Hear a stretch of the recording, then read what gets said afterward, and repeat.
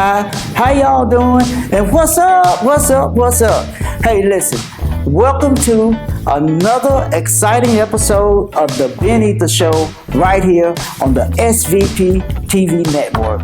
Y'all know what's going down right here. And listen, today, my special guest is recording artist and Memphis bluesman, Mr. Gerod Rayborn. Now listen, Gerod has been cutting a shine with his music all over the Mid-South and in other areas of the world. So listen, I got him right here today with me, yours truly, the Ether Man, and we finna pull out all these questions and answers that we want from him, right? So listen, without further delay, y'all come on, go with me. Let's talk to Gerod. And here we are, y'all. Listen, I'm right here at the table now with my special guest, Mr. Gerod Rayborn. How you doing, Gerod? I'm doing good, Ben, man. I'm doing wonderful, man. I did a long holiday, but I'm glad to be here, man. Hey, it is a blessing to be here, man, and welcome to the show, man. Welcome to the show. Glad to be here, man. Okay, man. You know, me and we've been like communicating for probably the better part of 3 years, and we've been missing each other, and finally we got a chance to come together and make this happen, man. Well, I'm glad. Timing is everything, man. You busy, I'm busy, but hey, the Lord brought us together, man. That's all that matters. True that. We together now. Yeah, we are. Yeah. We are. Man, listen, but the truth is, you've been doing a lot of good things in the city and all over the place when it comes to music. You know, I'm an artist myself. Yes. And I got to tell you, I'm a fan, man. Well, you know what I mean? I'm a fan. You got a lot of good music out there. Of course, you know I play you on my radio show. Well, and thank you. I hear you on everybody's show, man. So how you pulling all this off, man? Well, man, it's timing is everything. You know what I'm saying? I just recently retired. Really, I was behind the scenes a long time. I've been retired now 3 years. I've been making some boss moves for me. Okay. So I came off my job to live my dream, and I kind of accelerated for me. I've been on the gas pedal for a lot of people, but now it's my time. When you say job, what job was it that you? Well, man, I had a good job, man. I was blessed to work 26 years at Memphis Light Gas and Water. Get out. 26 years. What? Yes. Man, I'm the power man. I would have never thought that. Really, yeah. So you was there how long? 26 years. And during all that time, you was still doing music? I was doing music, man. I was writing songs on my lunch break from house to house. Idea hit me, I just write it down. You know, amazing, man. Hey, man, that's amazing. You know, since we started communicating a little while ago, I kind of started following you and looking at some of the things that you've been doing. Research, huh? Yeah. Recently, I've been looking at some of the stuff you've been doing, and I understand that you come from a family of musicians. Yes, man. Really? So tell us a little bit about. Tell me a little bit about growing up. What was it like for you growing up? Man, growing up, we was drugged to church. You had to go to church every Sunday. Oh yeah. Mom and dad didn't play, and we have my father was in a quartet group. Okay. And I remember every Sunday as a child from 10 all the way up. And they would have these little evening programs. I wanted to go with Dad. They would have rehearsals. So he was in a group, so they'd have rehearsal at everybody's house. All right. And I used to, they be playing guitars, and man, I get the mop, and I just like, and I you strumming the mop. I was strumming the mop, right? When I was a little child, and they wouldn't let me take the mop to church. Okay. So when I got to church, I got a fan. A fan? I got a fan. It was hot, but I fan a while and I play a while. And then you play a while. So Mama said, "Look, told my dad, you got to get him. He getting bigger. He get too big to be playing a fan." So he got your guitar. Got me a guitar, and I just, I had some bad kids or some cousins, and for Christmas, about 3 days later after Christmas, my bad cousin would tie my guitar up. So, they come over and Dad just give me another one. So how long, okay, your dad got you a real guitar. How old were you when he did that? Well, I got pictures when I was little 7 years old with guitars in my hand, but I remember getting my real boss guitar at the age of 10. That was young. Yeah, it was 10. Yeah, that was young. And I would plastic strings, I move me up, and every Christmas I get a better guitar. And I even mentioned this in one of my shows. I tell her later, my dad gave me some of the best equipment. And I overheard my mom and daddy, But your dad was a singer too, right? He sang with his brothers and stuff. Okay. He sang with his brothers, and his brothers played guitar, but daddy can play. But daddy would tell me, he said, I can't play. But I know when somebody messing up, because those are voices. That's it. They voices. So his brothers played, and he saw I was infatuated with the mop. Okay. And the guitar. So he kept on putting. But he was telling me, he said, well, they were discussing what they would give me for Christmas. Mm-hmm. And I put this in one of my shows. It just came natural. And I heard my mom and dad discussing what they were going to give me for Christmas. Okay. And she said, I know you're going to get him another guitar. And my mama said, he ain't going to do nothing but tear it up. Like he said, but keep on giving to, because one day he going to tear it up for real. Okay. And that's what I did. One day, man, I just thought about this. I've been listening to my show. I said, could I tear it up for daddy? Because daddy ain't here. But he kept on giving me the best. So okay, and when you said tear it up, you mean play it? Tear it up. There was two tear it up. The kids would tear it up because I was just bad. Okay. But eventually, he meant to tear it up playing right. As a gift. And the gift just took over. It just started making noise. So, okay, do you read music and all that too? I did, but I got a good ear. Okay, those are the best players. Yeah, those are the best players. I was able. I wish I'd have learned more, but I was showing out in school, walking down the hall with the guitars, everybody around me, getting them girls, right? Yes, I was. I did getting the girls. So, but I just couldn't sight read real fast. Okay. But I knew my chords and everything. But hey, my gift, man, it's just.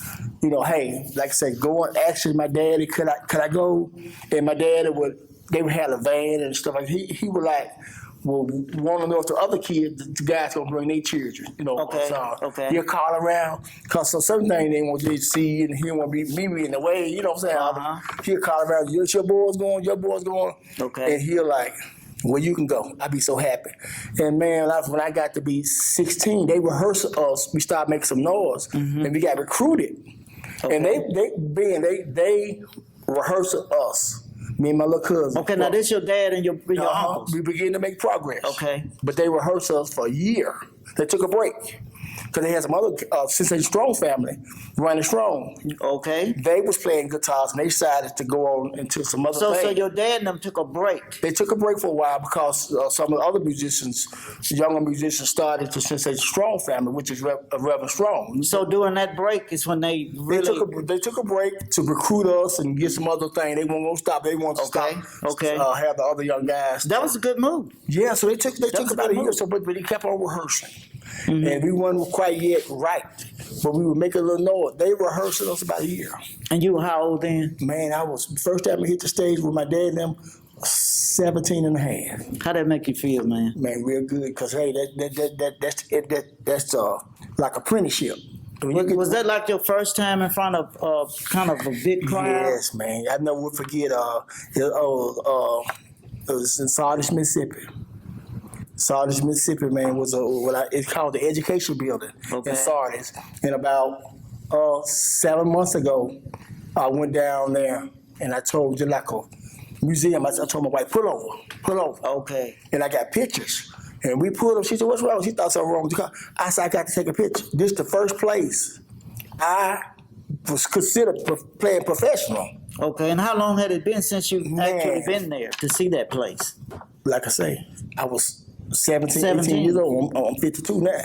Wow. So I had to, that spot of ground was one of my first, that was my first stage. That was a long time. That was my first, so we took pictures, me and my wife took pictures. It was kind of emotional for me doing this. With all the things I've done, all the places I've been, all of my beginnings, they're like the first grade of your school, like you going to junior high or high school, that's your first day of school. So in your mind back then, you were right back there. Right back there. Just thank when you God played for, that night. For all I've sung, all I've been in my, rising in the music. You know what I'm saying? It's a gift. Because you can't, some of this stuff is, I went to school a little bit, but some of this is just natural. Yeah, quite natural it is. I mean, you started at a real early age, and for you to develop it like you have to this point, it took a lot of dedication. Well, let me tell you one thing. My dad just sung traditional stuff, and then eventually they got to the point they slowed down. And then some of my cousins, it's such a strong family, and I got recruited with my cousins.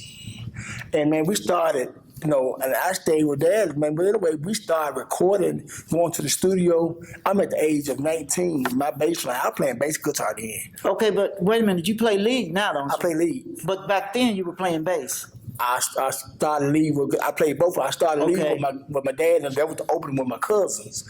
We traveled, we toured. It was some big time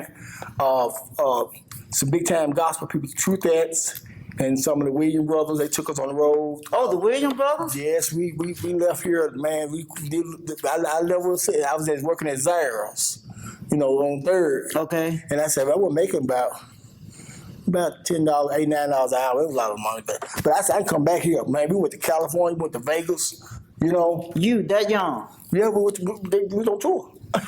we was on tour with the big boys. Okay, so when you went on that tour, okay, you were part of the Sensational Strong family. Yes. Okay, but the group before the family group was the Rayborn Brothers, which is their uncles. That's their mama is a Rayborn. So Okay. Ronnie Strong's mother is a Rayborn. So it's still all family. Still all family. It's still all family. It's just a younger portion. Then I was in school, the jazz, just being creative and playing a little funk with the gospel. Okay. And it's just all. But I thank God for both of them. That's my foundation with my dad and them. But the creativity came from as I developed hearing yourself on the radio. James Chambers and all these tours, being with the Candy Spirit. So when did you first hear yourself? Man. I mean, the first time, was it a project of your own, or was with the family? group? With the family. Okay, well, but that was big, man. Oh yes. So when was it? When was the first time you actually heard yourself on a record that was played on the radio? Well, we had certain things at home that Brother Chambers and all the radio stations played. But when you go out of town, we went to St. Louis and Chicago. There's some songs on. I heard it in the car because it was us. But going on the way to Chicago and they playing your music, you always have to go back then. And this was gospel. This is gospel. Okay. They won't believe you there till you at the studio. Because there was so much people that don't show up. Like, man, you got to come in here and do a number that Sunday morning. And then, hey, they at home, because everybody from Chicago is from Mississippi, so they want to blow you was actually here before they go buy a ticket. Okay, I see. So we'd be on the way to the city, and they'd be playing us, man. I said, man, I ain't never heard that on the radio. It was just smiling, at an early age, man. Right. And that bass was walking, man. I played pretty good guitar. They said they were pretty good on that bass. Well, you got a good, solid music background. You started off young. Your dad, your uncles, all of them. You had a lot of good teachers. Oh yeah. You had a lot of good teachers, and to me, what's even more important than the good teaching is all the teachers that were around you were definitely looking out for your well-being. They didn't just give you this knowledge and say, "Hey, this will take you through life." They showed you some other things too. Some lessons. How to read. I'm a writer and arranger, and my uncle. You make up a song, I can follow you because I'm kind of like walking beside you. You can make up a song. I'm kind of like, we can make up a song right now, and I kind of hear where you're going, and your voice down here, and I'm kind of very. That's a gift too. Okay. It's a gift. So, I mean, we had a lady named Sister Humphrey, and man, she would sing. We had a homecoming, and she sang this song about Martin Luther King, and man, you didn't know what she gonna say. Every time she'll sing a different way. She'll sing a different way. And she'll sing. Had to follow her, and we had to follow her, and man, her time was off, but we had to just watch her. Oh man, Well, let me ask you something. Did you ever sing in the shower? A little bit, but not too much. But you know what? All my cousins were, I ain't gonna say more gifted than me, but guess what? I was on the team, but I was always in the background. But I was I was a linebacker. I was always pushing. So if you're a good follower, you can be a good leader. But you finna step out front now. Oh, but yeah. I mean, you've been out front a while. Yes. You've been out front a while, and you really finna step out front on the 24th, right? I remember at the early age of, I even played for Reverend Al Green too. You know what? I was about to ask you about that. Okay, listen, I don't want to. I want them. Okay. I want the people to be able to get the full spectrum of who Gerod Rayborn is. Okay. Now we talked about your family, the Rayborn Brothers Gospel Quartet. We talked a little bit about the Sensational Strong family. Now you handled all those things so well that eventually you became a member of the Sanctuary thing, right? Okay, so You've been doing some research. yeah, tell us a little bit about the Sanctuary band. Well, at the time, my brother-in-law, Herb Mincy, was kind of close to Al Green.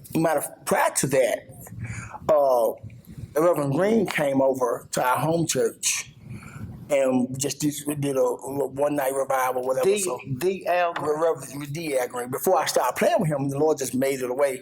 So you saw him when he came. Yeah, yeah. What were you thinking? What was in your mind right then? Infatuated, man, because this is the world renowned Reverend Green. And man, we played.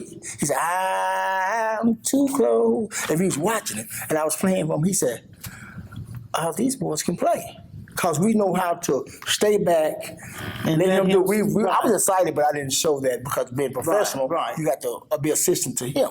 But when you saw him, the minute you saw him, didn't that validate a lot of the work you had been doing? You knew that you wouldn't have got in the presence of nobody like him. But see, first of all, that you wouldn't be called up to the flow if you couldn't handle it because you want to embarrass him. My uncle knew that I could handle with whatever task they put before me, and we wasn't loud. I was happy, but I was professional. You were disciplined, and I know how to assist whoever was doing what I was taught well. So, but he said, "Great, but they can handle it because if you know how to assist." And then maybe about 3 years later, the door opened. Okay. And I was a member. I was over there about. Bishop hired me. He hired me. And there's so much history. Give us some. Give us some. So we played. He said, man, he said, a lot of my deacons are old. He said, man, I know if you're over there with my uncle, he said, you could play. I need some youth, some men. So he had me singing with the men, some youth. So I'm just all around person, especially if it's my job, you ask me, could you do You something? said the bishop. Yeah. Okay. Bishop Green. Bishop Green. Yeah. Okay, I just wanted to make that clear. We're talking about the one and only. The one and only, Reverend Dr. Al Green. Yes, sir. Okay, all right. I just wanted to clear that up and make sure everybody knew we was talking about the good Reverend Dr. Al Green. Okay, so you became a member of his band? Yes, Sanctuary Band. And then actually, we did a few band quests with him, but like I said, that government job, I couldn't really travel, so I was. Okay. He said, man, we did some thing in the studio in the back. You know what I'm saying? It was just a wonderful feeling. We had a lot of tours here, and we just able to work with him. That's some immaculate music but history, guess what? Man. So at the time, he was traveling, and things had picked up, and the church. My band name is Church Boys, right? You know that? Yeah, I know. And two of my guys. As a matter of fact, Jarvis is my first cousin to sing with me. Mm-hmm. He took my spot. And I went back home. So Jarvis been there. Some of the church boys are still my nephew that look just like me is on the organ, which his father got me hired. So I got cousin and my best friend, Cedric. My best friend's still there.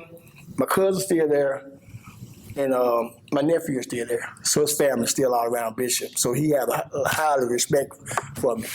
And I told him why we're leaving how I left. He said, man, I had a lot of people in my camp. Ain't nobody ever left me the way you left. You always come back home. That's amazing, man. That is that's just, I don't even know how to put that in words. That had to make you, the drive and determination that you already had, that had to take it up, 7, 8 notches? Yes. That just made you really go and get it. But I share that knowledge because the guy who's singing, my right-hand man, that's still with me. Biggest thing is we doing some things real nice, but we switched jobs. Okay. He was on the David Letterman show. He has been on the shows with Frankie Beverly and Confunctions them overseas. You know what I'm saying? With Sinbad. Okay. My cousin was just church boy. Okay. By him, we switching spots. Okay, so he still plays with you. He still plays with me. And he still plays with Bishop. But see, by him, Bishop seeing his talent, he said, man, I would be forever grateful for you and Bishop because you hadn't gave your job up, Bishop would never know what I could do. Right. And so it's just like we still family. And so he said, man, I'm grateful. Because, he still get checked every time they show Al Green on TV or a Sinbad show, you sign the paper because you get royalties. Okay, Sinbad the comedian? Mm-hmm. That's royalty. But like I say, even David Letterman, Jarvis told me I've been on David. I saw it. David Letterman, different places because, man. This is your cousin? This is a church boy, still there. Wow. And, man, hey, my nephew, matter of fact. What do he play? What does he play? He plays guitar. He plays the bass. But Al was just using for vocals. So he sang and played? Mm-hmm. And my nephew, while I was there, the keyboard player, he was 15 years old. They had them playing them horns. So now he's on keyboard. He's the main keyboard player. So he's been there a long time. Then plus his father got us over there. So also a big family. I was sitting back. I was sitting back when I was looking and researching some of your documents. I was kind of really taken by surprise to know that you had this kind of background, at a young age, and not just something you decided to do later in life. Did you ever once think about, after you met Reverend Al Green, did it ever cross your mind to quit your job? No. So you weren't going to quit the job, right? I wasn't going to quit the job, even though I had some good benefits, and I've always had the opportunity to have some good vacation days, but man, you know what I'm saying? That could be seasonal, up and down. Right. And right. I still did my thing in part time, but it was just meant for me to put those many years in. Like right now, if it snow tomorrow, that mailman run, I'm gonna be all right. That's why now. So you're gonna be all right, right? I'm all right. Okay, long as the mailman run. As long as the mailman run, I'm gonna be all right. So now I got time. Right.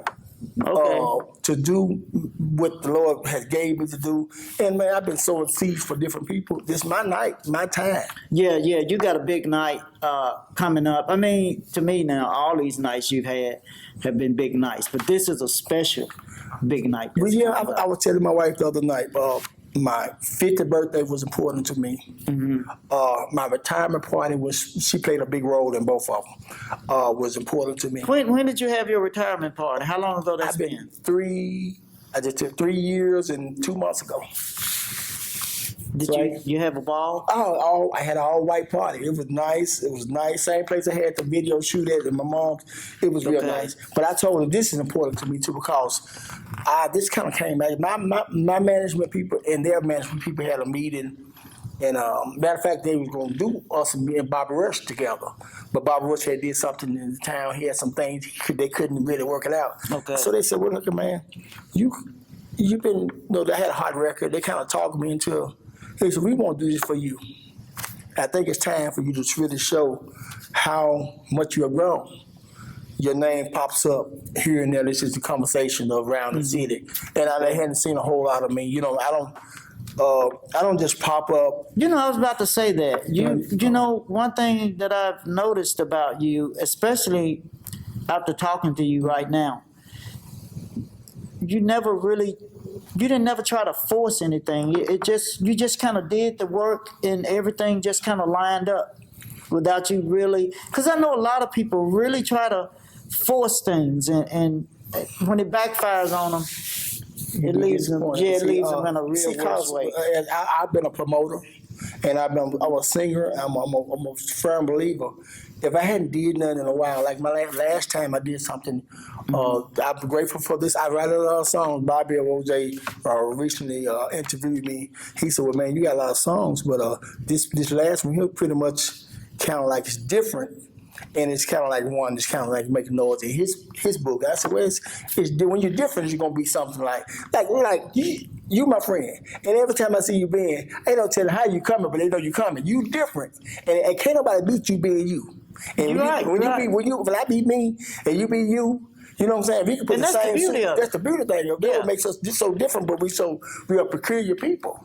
You know what I'm saying? Just being you. Very essential. What you said, man. Like I said, you told me Very that essential. about breaking boundaries. Yeah, and yeah. doing something. If you put something in my spirit last night, it really means something. He said, man, you can't be afraid to be different. No, you Everybody- gotta do you, man. Huh? You gotta do you. Listen, God You didn't bring you you. gave me my confirmation. I was fighting that thing. You said, No, whatever you you gotta put on do your you. list, do it. Do you, man. Listen, he didn't bring you this far to forsake you.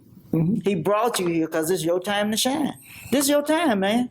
You know what I mean? Mm-hmm. Listen, for whatever it's worth, I support you for it. Oh, yeah, I mean, whatever I can do. But see, because I realized that when you, I got friends, man. I'm telling them, I'm providing my Corvette buddies, I rode with the Corvette Bill Street for a long time. For real? That's my family. Okay. So it's a lot of Corvette. You own a Corvette too? Yes, I had two. I got one now. Okay, you got one now. Yeah, but I got to keep one. I got to keep one. Okay. So that's in my blood. The Corvettes. I ain't been riding on motorcycle too fast, but the Corvettes. I mean, they've been supporting me. I've been driving around the country with them, and that's my family. But man, I feel like though, if you had me, I got to help you. So this the difference. But some people want to just show up and do their thing and want their money. Right. Ain't told nobody what Right, they're gonna be. right. Ain't just want their money. Right. But I feel like if you come see me, you better catch me now. Because it's gonna be about 6 months, a year before you see me again. Okay. And Okay, that's 'cause you moving. to me. That's 'Cause you where- moving all the time. That's where you work on the outskirts. But what I'm trying to say, you be a demand, because if I ain't got 200, at least 200 people to see me, I need to go sit down. I agree with you. At least if something can happen, I just feel disappointed in myself. If I at least I got 100, if I got time to promote it, my friends and family, the Lord might just bless in my way. I'm expecting some people, but hey, you never know. Everybody got their shots. Man, I think it's gonna be a good turnout. Time is everything. Yeah, I think I it's gonna really be a good turnout. the seed that you has planted, not only for what I did for others, but this is just what I did. And I got music I just been holding. Gerard, everybody just can't anybody just go and book the paradise, you know what I mean? Can't anybody just do that, right? You gotta have. Y'all put your house up, have a little money, have some favor. That's some favor somewhere. So Yeah, definitely. but, You've been out here. You've been really putting in the work. It's everybody can see it. Everybody can hear it. And like I told you the other day when we spoke, people like you and me, we're just different. Yeah. And you know what I always tell people? Wouldn't it really be boring if everybody wore the same shirt every day, wore the same pair of pants, drove the same car, lived in the same type house, ate the same food? Where is the fun in that? We need to be different. That would be a boring life. Yeah, it would be a boring life. So people like you, people like me, we bring the shock, the excitement to people. Expectation and all that. Yeah, you know? But let me show you right here, man. The last time, this made me so much how these young ladies. The last time, I was wondering when you asked me how I would perform. I'm a young man, but I performed. The last time I performed at Paradise was 1999. Okay, so you performed there before? Yes. Who was you with then? Were you just Johnny Taylor. okay? So you played before them, or you was before Johnny Taylor and Captain Curtis Lee. And I wish my manager had the poster somewhere. We can't find it. I told him one day he's going. But man, yes, 1999. What kind of crowd was it? What kind of crowd? You wasn't even standing. Man, the place they remodeled it now. Right. The place holds 3,500, and I bet you it was over 3,000 people.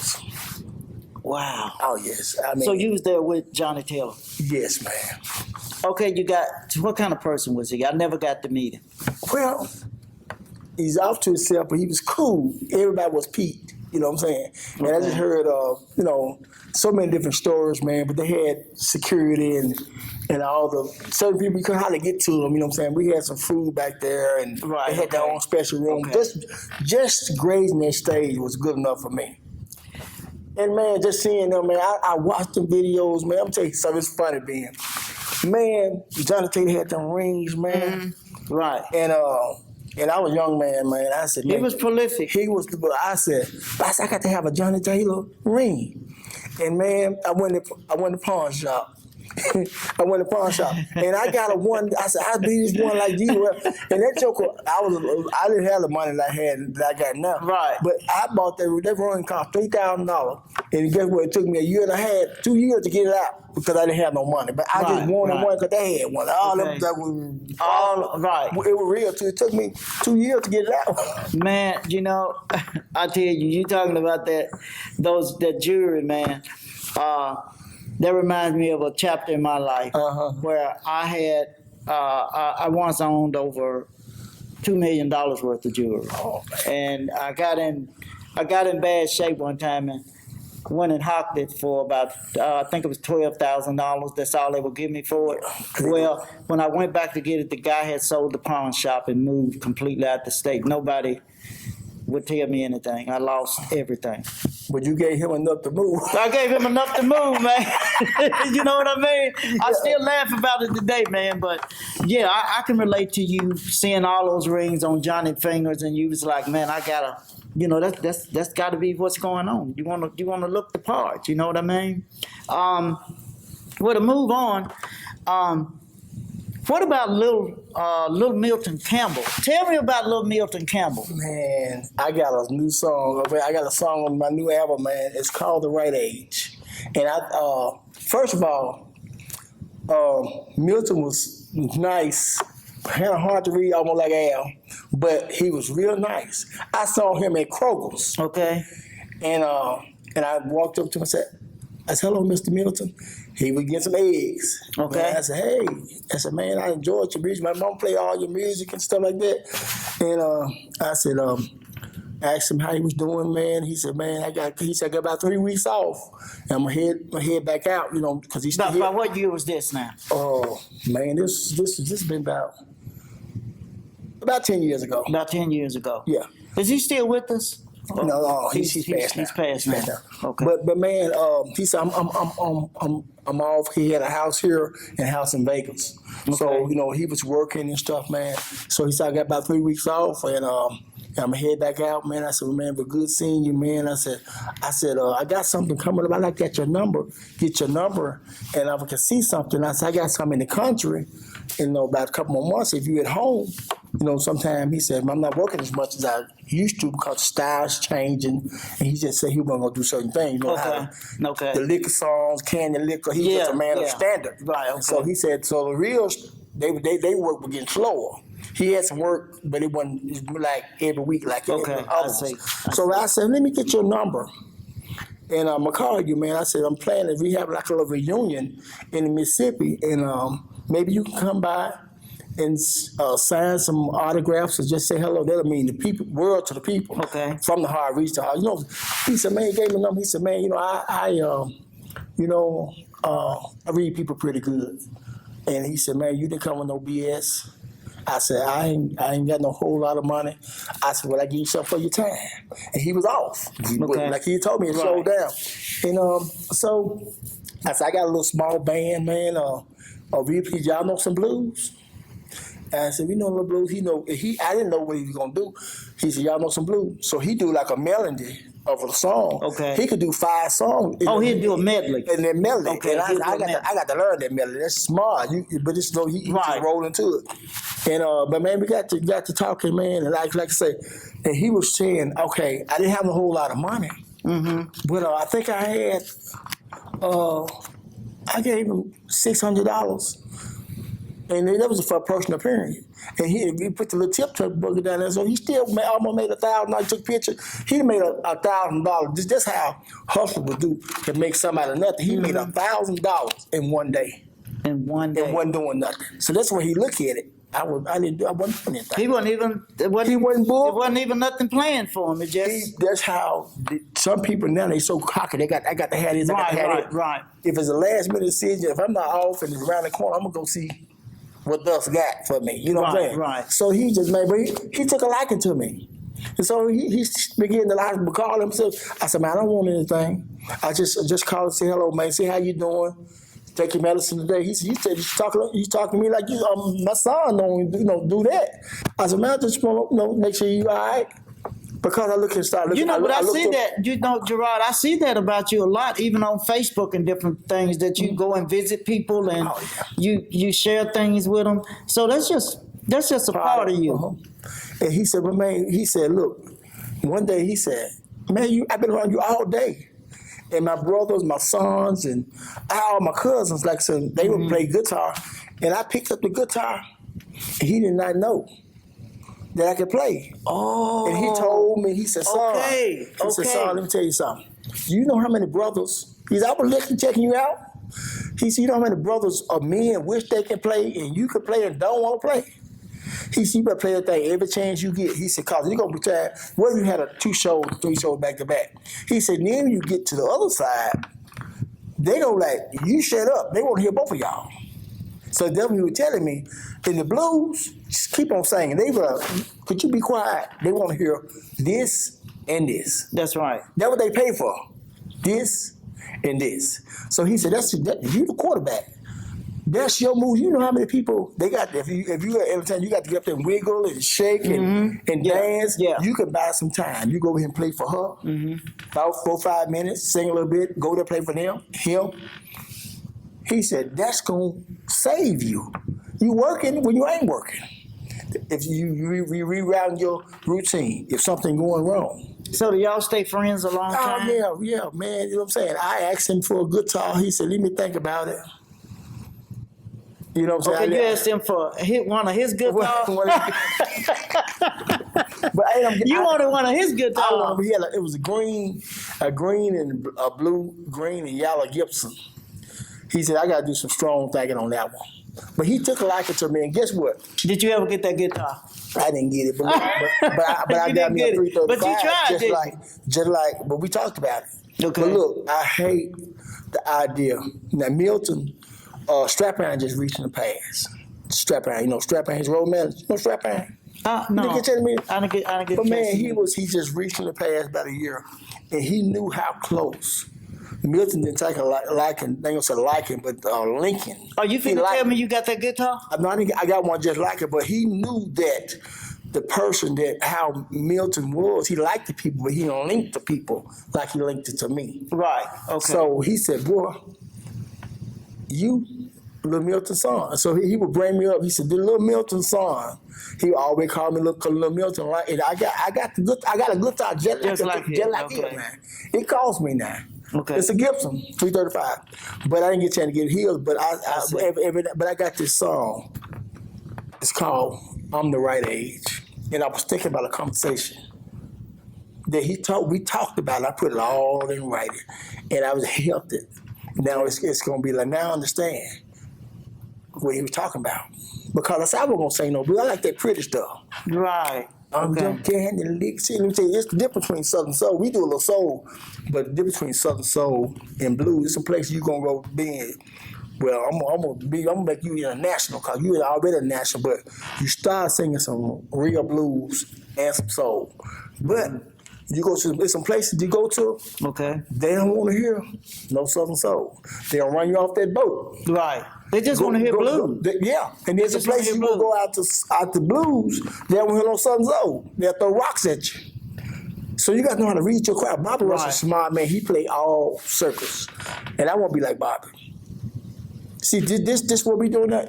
A Southern Soul is fine. They don't have a agenda. They don't have a thing for a Grammy set up yet. They working on that. Right. Right, it doesn't have. That's a genre. That's not a genre yet, but they're trying to make it. And look, let me tell you something before I go too far. I've been working so hard this year, this year is almost over. Okay. I will have 2 CDs this year. I'm working on 2 CDs at the same time. So the other album the soul album is complete. So I did 6 already, a traditional traditional. And I'm dedicated to my two great grandfathers, Rayborn and Papa Dub. How many songs on the album? It's going to be about 12. Okay. On the traditional, but both my two great grandfathers, which is my mother's grandfather and my daddy's grandfather, were real bluesmen. So it's in my blood. Okay. I'm talking about the stuff that Bobby Rush is doing, the down gritty, muddy water, stuff like that. The nitty gritty. Yeah, the real. That's gonna get you paid. Okay. And I want you to tap in that with your style. Mm-hmm. And how your characters. See, we got stuff to sound. We sound good. Do I hear you gonna write me some songs? You know what? That's what I'm talking about, man. Hey, man, that's what I'm talking about. Because I tell you what, I help so many people. And I hope so many people. If I could help you, I might be riding your coattail. Yeah, man. See, first of all, can use some songs. But see, the thing about it, you can't be scared to be different. And that's right. And you different. So you got to. I got a song that I wrote called Shirley. Okay. Now, this is a real the OJs had one about Brandy. That was the Brandy. That was the dog. They were talking about Brandy. Okay. You remember Brandy? Yeah, sitting by an open fire. Yeah, I thought they was talking about the woman. Yeah, they were talking about a dog. They were talking about a dog. Yeah.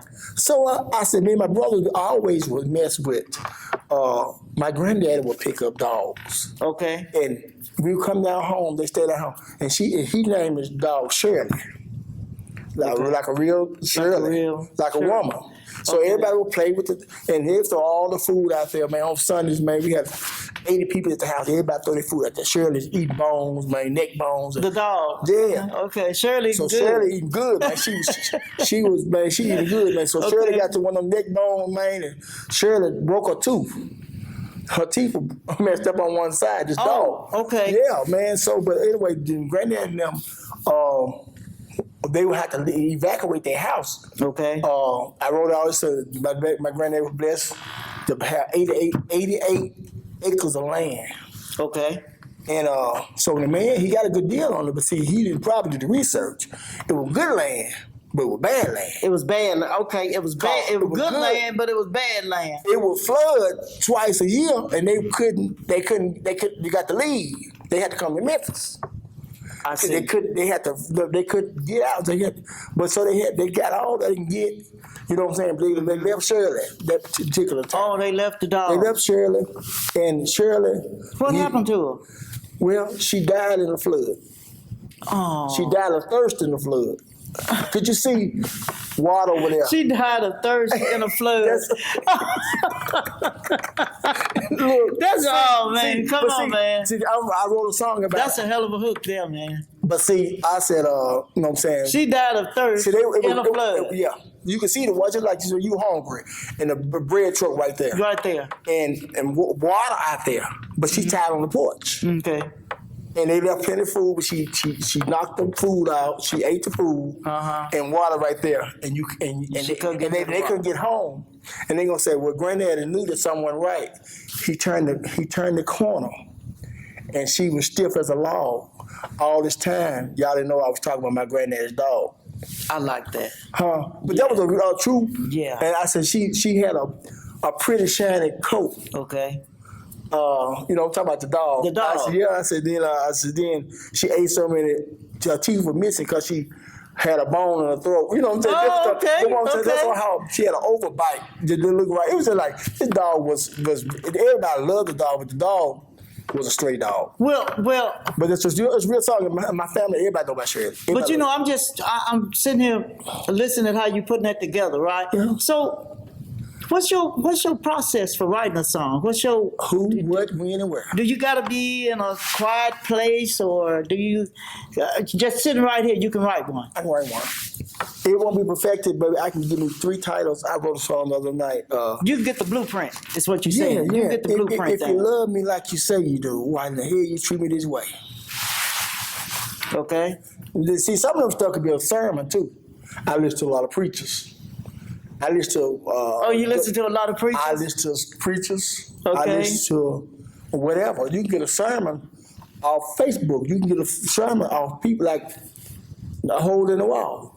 Okay. You know, right. I mean, it's just anytime somebody can. I love my blues. It's just whatever people can relate to. Ain't over their head. You know what I'm saying? Right there in their face. You know, I saw a baby on Facebook that was mocking a preacher. He would preach a little bit, then he'd take his towel and wipe his head, and then he had watched that preacher. So right, he had watched that preacher for so long. Now that would be a good song. Write a song about that baby, man. But you know what? Neil and I watched this thing here for I really talk about Denise LaSalle. Oh yeah, and But look, listen, and you ain't even told me about Bill Koday. yes, Okay, man, that's my he gave me my start. okay. Koday gave you your star. Yes. Bill Koday gave you Bill your Koday. star. Okay, it says here 1992 to 95. Mm-hmm. Okay, you was working with Bill Koday. Bill Koday. He allowed me to. First one told me he didn't allow no jeans. Because he's from old school. How to dress professionally. Right. Some people get up as red thing now. You know what I'm saying? They just. So he'll be cussing me and you out right now, right? No. Well, he won't see the bottom. So we can set up some equipment, but we doing a show. But what he just said for performing, you know what I'm saying, on stage. Right, he wanted you to be immaculate all the way, right. And man, he had us, man, looking like businessmen, man. We had flyers, I had briefcases, man. We going on, set up, just different stuff. He's just like, what you doing with this briefcase on stage? Well, my money's in here. But we had on suits. But he gave me my star. He said, don't give him too much. Is he still around? No, he's passed. He's That's passed? Anna Koday. You know Anna Koday? She's here now. She got JoJo Mary, and she had Karen Wolf, but that was his wife still here. So, okay. But he gave me my star, man, and Denise gave him his star. But he didn't give him the star, but that was like Denise LaSalle brother. So you sang with Denise too? I didn't sing with Denise, but I remember my first impression when I saw him. It was at the Coliseum. They had a big blues show, and I said, and he by being different. So he was an artist, but there was a major show. So okay. Bill was doing background for Denise. She was tore up your picture. He was so cool. He had a red suit on. Okay, he was doing background. He was doing background. He had a lady, but he was so cool. And man, when they went to a fast song, man, he's spinning around in the background, and I'm listening to her, but I'm looking at him. Okay. I'm talking about, I just was infatuated how he was moving. I'm like, where the audience? I said, man, y'all was good, but you stole the show. Like from the sideline. Did you write any music for Denise? Yeah. You produced one of her songs, didn't you? What was the name of that song? Pay Before You Pump. Pay Before You Pump. It's Going Down.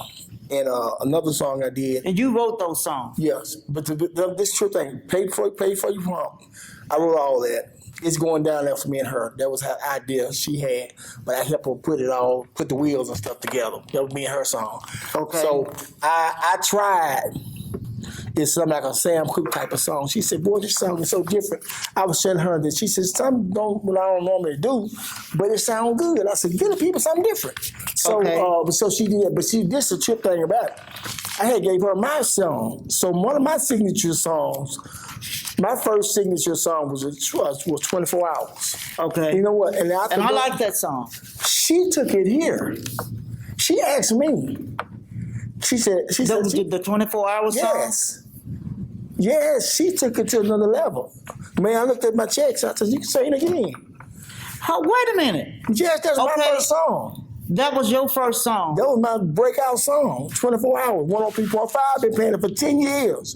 Bob and them used to play it. But she did a version of it. Yes, 100%. I ain't had to give up nothing. You made good bank off that, didn't you? Yes, overseas. I mean, I thank God for that one. Even though they pay for your pump, I did all this. A lot of this politics and stuff. You might have 75%, but you still got to give up. Right. You got to do a little. They're gonna find a way to get you. They're gonna find to get you. But what I'm saying, it's like a friendship. This is for her. This is for the queen. But I'd be like, say, man. So that I love 24 Hours. So I didn't know she did that. When I got to listen to that tonight. Man, I got to listen to that. So she did. Asked me when I asked her. She said, I like the way you 24 hours. I be brand new. Yeah. You can get this love all over again. She like them. Yeah, that little. Same thing tomorrow night. You know me, baby. Know everything that I like. Cause she didn't have a whole lot of range. But she liked them little hills. Yeah. And She liked those little runs and stuff. She said, baby, you think I can try that? And I said, you the queen. I said, sure. Then I like, but man, when she left the company. And most time you leave a couple songs. That's the only song she left. And that was the last song. He really wasn't intended to do it, but she asked could she do it. And I throw that music together so quick. So the background wasn't completed, the music was naked, but she sung it. And I said, they started putting them compilations out. Right. And I said, okay. Won't you do these? It ain't completed. I said, she sung it, didn't she? And then look, this the thing about it. She said, come on in here. And this technology, I heard a few days, I asked if they still got the raw footage. Okay. She said, boy, come on in here and show me how you do that. And I said, you mean those little heels? Yeah, the heels and stuff like that. So she was doing it. And so she was singing, I was showing her. And so technology, like Nat King Cole, what's called, we can go back in there and do that thing together. Okay. Because this is my reason. I asked him, I got enough footage to know how to stay out of her way. And we talked to her. She said, "Boy, we need to do this together." But I know she had to leave. Have y'all did?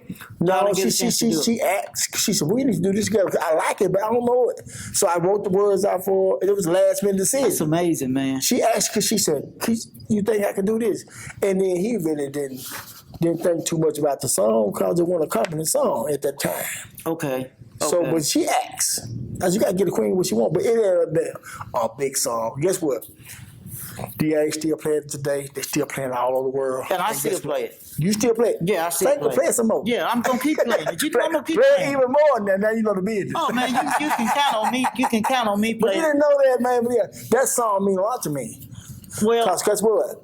I put it back out there with my new video, and a lot of people was always good, but they began to know it. Like she put on the grill. Mm-hmm. And that side is already done. I'm gonna flip it. Okay. And man, I'm gonna eat out there some more because everybody may say, "Oh, you singing Denise sales?"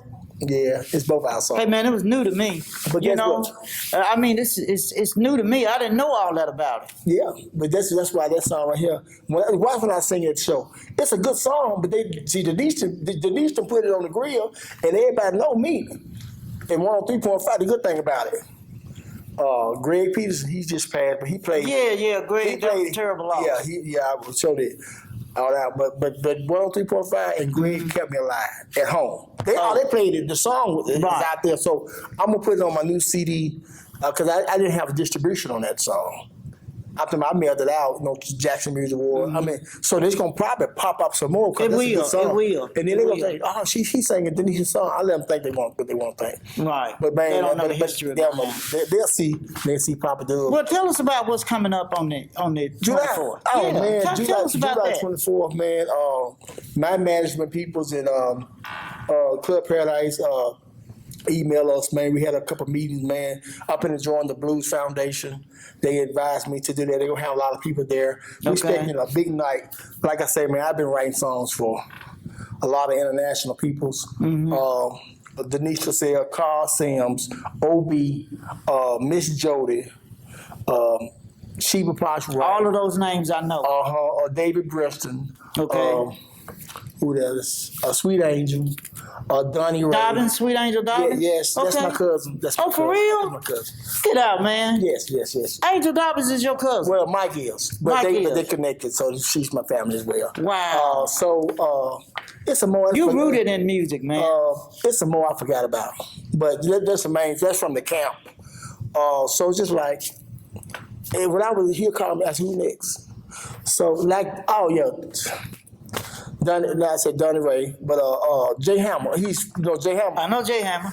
And now that was really I told him. Are y'all related? No, we good friends. Just good friends. Because he's blind. He's a blind guy. Okay. But he, this particular, I'll move on. But look, I did not give me producer's fee. I got 6 songs on the last album. On Jay Hammers? The first 4 is my song. The last one is mine. 1 in the middle. 6 is there. Well, you wrote the whole album, didn't you? but you ain't got to give me what God gave me. It should have been co-produced by Gerod Rayborn. Right, it should have been. It is didn't up do here. that? But no. See, these are your flyers that you. Yeah, this is my flyer. But anyway, I have did all these people's, and like I didn't really want to have. I didn't want to really have a lot of. I could have put some big name peoples. Which is gonna cost me. I'm gonna do that. We're gonna do that. We're gonna do that a little later. But I need to know at this point how much Gerod Rayborn has on grown. his own. Right. Yeah, they are drawn to a certain extent, but I'm on the Facebook and calling people's and like asking water with You want to know who you got. But see, when I give you recently, a promoter called me for a show, and I gave him my price. We could have met in the middle. And we couldn't do. I thought it was very disrespectful. I didn't want to disrespect him, but he disrespected me. So the Lord came to me and said, "You know, sometimes I don't want nobody to give me nothing. I open up the door and get it myself." It was time for me to do something else. So I said, "You know what?" So when I tell you, I paint this flow. I bump this flow right here. You got to feel good about what you ask for. You got to know what you're worth. Right. So That's true. So at that point, they drawn to a certain extent. So when I look up, if I had 3,000 people, it had TK Soul or Johnny Taylor Jr. They can say, "Oh, it's a nice show," but Johnny Taylor Jr. really draw the crowd. Yeah. So if I got 600, 400, or 1,000, I need the people to know, because just like when we eat, they gon' my fan club, man. You heard Team Rayborn. When you get here, you're gonna be surprised, man. Facebook is so powerful, love and powerful. Yeah, Let me tell you something. It's a powerful. As a lady, she said, "I love your music. Anything I can do for you." My VP of my Facebook, I mean, my Team Rayborn, she's from North Carolina. She's gonna be in the house. And my other VP. Oh, okay. My other VP is from Pittsburgh, Pennsylvania. She's coming. We got people come from Chicago. We got people come from just a lot of people's already said they're coming. And then I ain't really worried about home. Right. My 901 Team Rayborn gonna be there. Okay. But I'm getting established as a national company. I'm gonna have an annual show, and they go on Little Rock. You'll see the T-shirts. I had to show my wife the other day. I said, "This thing is special to me." The lady said to me, she said, "I don't want no surprise." She said, "Team Rayborn Chicago, we love you." You know what I'm saying? So they come from Chicago, North Carolina, this and that. We're going to be hanging out. So that Friday night, I don't know what you got to do Friday. I want you to hang with me Friday and Saturday. Okay. We got a little tour set for them. Is that this Friday? No, the 23rd. The 23rd and 24th. Yeah. Okay. So we're going to say family. So I'm invited? Yes. Okay. You all right, man. Weekend. Okay. You going to ride the limo with me? Yeah. Oh, yeah. By all means. Oh, yeah. Okay, well, hey, listen, Oh, yeah, but this is my time, my night. I mean, 8 o'clock, doors open up at 7. You my VIP. I got a table. A lot of DJs hit me up. Okay. They're going to be there. So I got a media table. And, man, if we got time, they got some type of presentation. I don't know how quick, but you want to say something, just give my people. You support me. They got some presentation made. You want to give me a chicken box or this and that. Okay. Whatever you want to present me with as a handshake. I'm not going to be cocking all in the back. I'm going to be right here. Listen, roasting toast to me. Right there in the midst. I'm going to be right there. They're going to be singing to me. I'm going to go take some pictures. I'll be right back here. All right. Hey, I mean, you know what I'm saying? So, I mean, this is my night, my time. You sing to me for and say congratulations, I'm all in the back. I got plenty of time. I'll do that next time. Well, my friends are going to be singing to me. And they got presentations. I know our time is when I get to talk about the good time. Oh, man, we could sit here and talk forever. Yeah. I've certainly enjoyed talking with you. I've learned a lot. I'm sure the viewers have learned a lot. I want to thank everybody for tuning in and listening to me and my special guest, Memphis recording artist, Ekco Records recording artist, Memphis bluesman, Mr. Gerod Rayborn. Thank you for coming on the show, Gerod. Thank you, man. July the 24th, Paradise, 645 East Georgia. Yeah, and we got a video coming up that we'll play at the end of the show, y'all. I'll see y'all next week.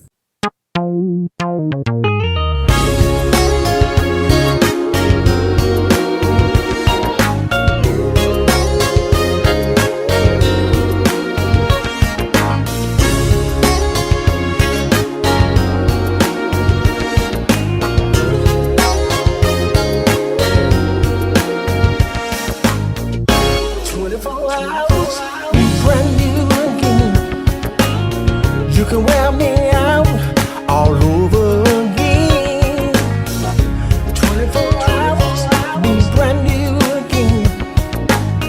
You can wear me out all over again. Tonight you love me so long, baby. You got me so weak, baby. I know tonight, baby, I can get a good night's sleep. I'll be so worn out after loving you. I can't have that, baby, when I'm making love to you. 24 hours, I'll be brand new again. You can get me, baby, all over again. Working so hard, pleasing you. I don't want you to think, baby, I've been unfaithful to you. I try my best not to let you down. If I don't do it like I'm supposed to, you might accuse me of messing around, baby. 24 hours, I'll be brand new again. You can wear me out all over again. 24 hours, I'll be brand new again. You can get this loving all over again. Tonight your love is so long, baby. You got me so weak-hearted. I know tonight, baby, I won't have no problem. Get a good night's sleep. I've been working so hard, baby, pleasing you. I don't want you to think, baby, I've been unfaithful to you. Oh, I need a break, baby, to recuperate. You're heavy loving on your touching on your baby. Real late. 24 hours, I'll be brand new again. You can get this good love all over again. 24 hours, I'll be brand new again. You can get my loving all over again. And I want tomorrow night. You know me, baby, everything I like. Same way, you know what I like, baby. Ooh-wee. Yeah. 24 hours, I'll be brand new again. You can get this loving all over again. 24 hours, I'll be brand new again. You can wear me out all over again. I'll be so worn out, baby, after loving you. I can't half step, girl, when I'm making sweet love to you. Ooh, I need a break, baby, to recuperate. You had a loving on your touching on your baby. Real late. Tomorrow night, you know me, baby. Everything I like. I think the same old way, baby. The same time. We got to get up early in the morning. You sure was good tonight, baby.